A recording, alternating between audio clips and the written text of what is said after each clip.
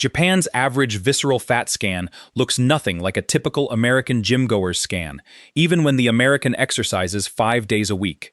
Same effort, same sweat, completely different result inside the body. I wanted to know why. So I stopped watching workout videos that all recommend the same 5 moves, and I went straight to the exercise physiology research, university trials, meta-analyses, clinical studies on visceral fat specifically. What I found wasn't what fitness influencers are telling you. It's 5 specific workouts that actually shrink visceral fat, and 3 workout mistakes almost everyone makes that quietly cancel out their results. By the end of this video, you'll know exactly which movements target the fat wrapped around your organs, and one thing you can change in your very next workout that shifts how your body burns fat from that session on. Let's talk about what those actually are. Finding number 1. Resistance training beats cardio for visceral fat specifically. And this one shift alone can meaningfully change your body composition even if the scale barely moves. Here's something almost nobody talks about. Researchers looking at resistance training in postmenopausal women found that lifting weights produced measurable reductions in visceral fat, even without significant weight loss on the scale. That detail matters enormously. Why does this happen? Muscle tissue is metabolically expensive. It burns energy even while you're sitting still, doing nothing. The more lean muscle you carry, the more insulin-sensitive your body becomes. And insulin sensitivity is the entire game when it comes to visceral fat. When your cells respond well to insulin, sugar gets used for energy instead of stored around your organs. Cardio burns calories while you're doing it, then that effect fades fast. Resistance training keeps your metabolism elevated for hours afterward, and it builds the muscle that protects you long-term. Think about how this shows up in real life. The person who's been strength training consistently for a year often looks leaner at the same body weight than someone doing daily cardio with no resistance work at all. Do this. Add 2 full-body resistance sessions to your week, focusing on compound movements like squats, rows, and presses. You don't need a gym membership. Bodyweight squats, push-ups, and resistance bands work through the same mechanism. Finding number 2. High-intensity intervals outperform steady-state cardio for visceral fat, but almost everyone does them wrong. And this is where mistake number 1 shows up. Here's something almost nobody talks about. A meta-analysis comparing high-intensity interval training to continuous moderate cardio found that interval training produced greater reductions in visceral fat, even when total calories burned were similar between groups. Why would that be true if the calories match? It comes down to what happens after the workout ends. High-intensity intervals create a bigger disruption to your normal metabolic state, which means your body keeps burning at an elevated rate for longer afterward, and it triggers a stronger release of fat, mobilizing hormones like catecholamines, which specifically help release fat from stubborn areas like visceral stores. Here's the mistake, though. Most people who try interval training do their intervals at the same intensity every single time, with no real recovery between sessions, which leads straight into overtraining and elevated cortisol, and chronically elevated cortisol actually encourages fat storage around the organs. That's the opposite of the goal. The fix isn't doing more intervals, it's doing fewer, harder ones, with real recovery days between them. Picture 2 people doing intervals 3 times a week. One goes all out every single session and burns out by week 3, cortisol climbing, sleep suffering. The other does 2 genuinely hard sessions and lets the body recover, and keeps improving month after month. Do this. Limit true high-intensity interval training to 2 sessions a week, with at least 1 full rest or light activity day between each one.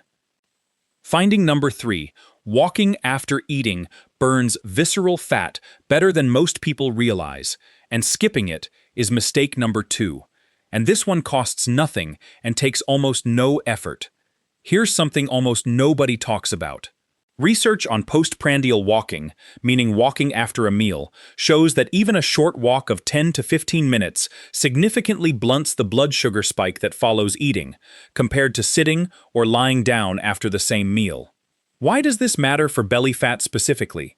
When you eat, especially carbohydrates, your blood sugar rises and your body releases insulin to bring it back down.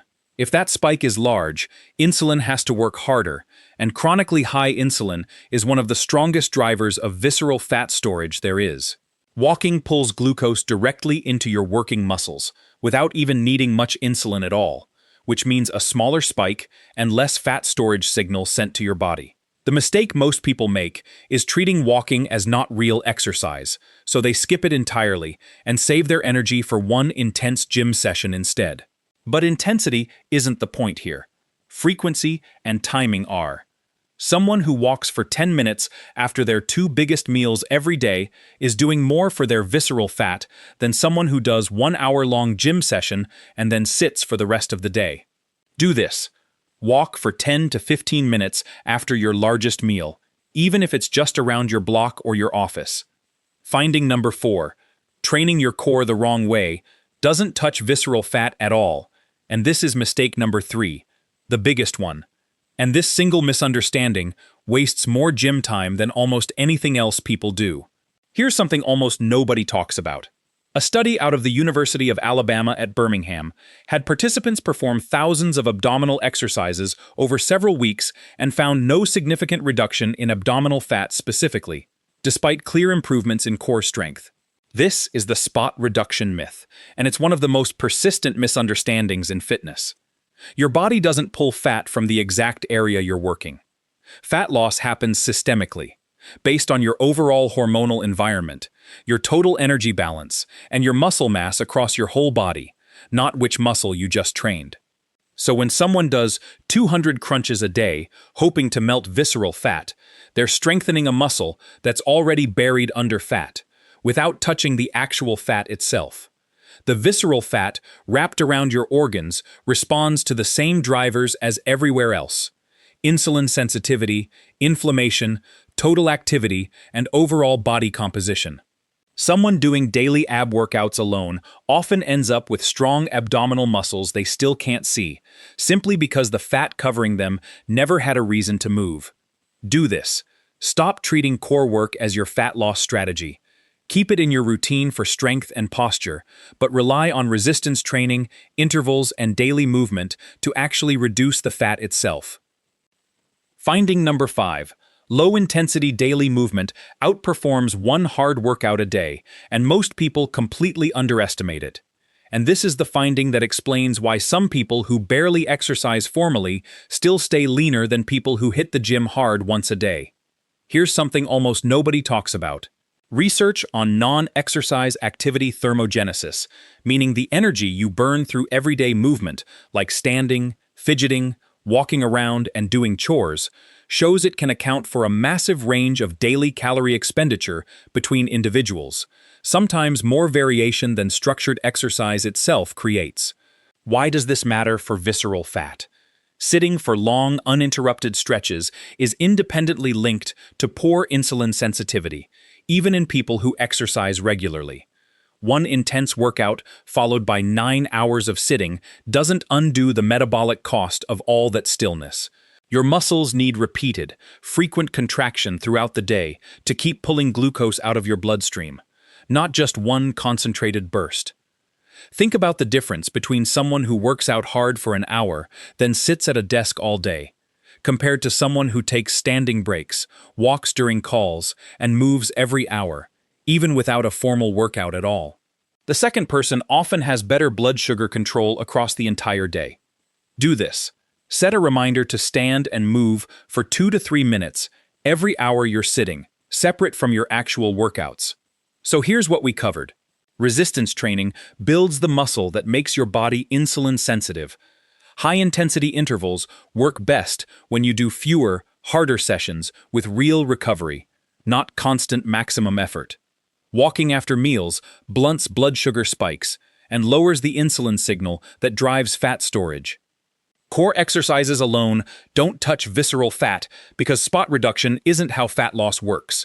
And frequent movement throughout the day matters as much as your actual workout, sometimes more. None of this requires a gym membership, expensive equipment, or hours of extra time. It's a shift in what you're actually training for and how you're recovering between sessions. Pick one. Just one. Try it for 3 days. Add the post-meal walk, or switch one of your cardio days to real resistance training, and notice how your energy and hunger change. Come back and tell me in the comments what you tried and what changed. I read every comment,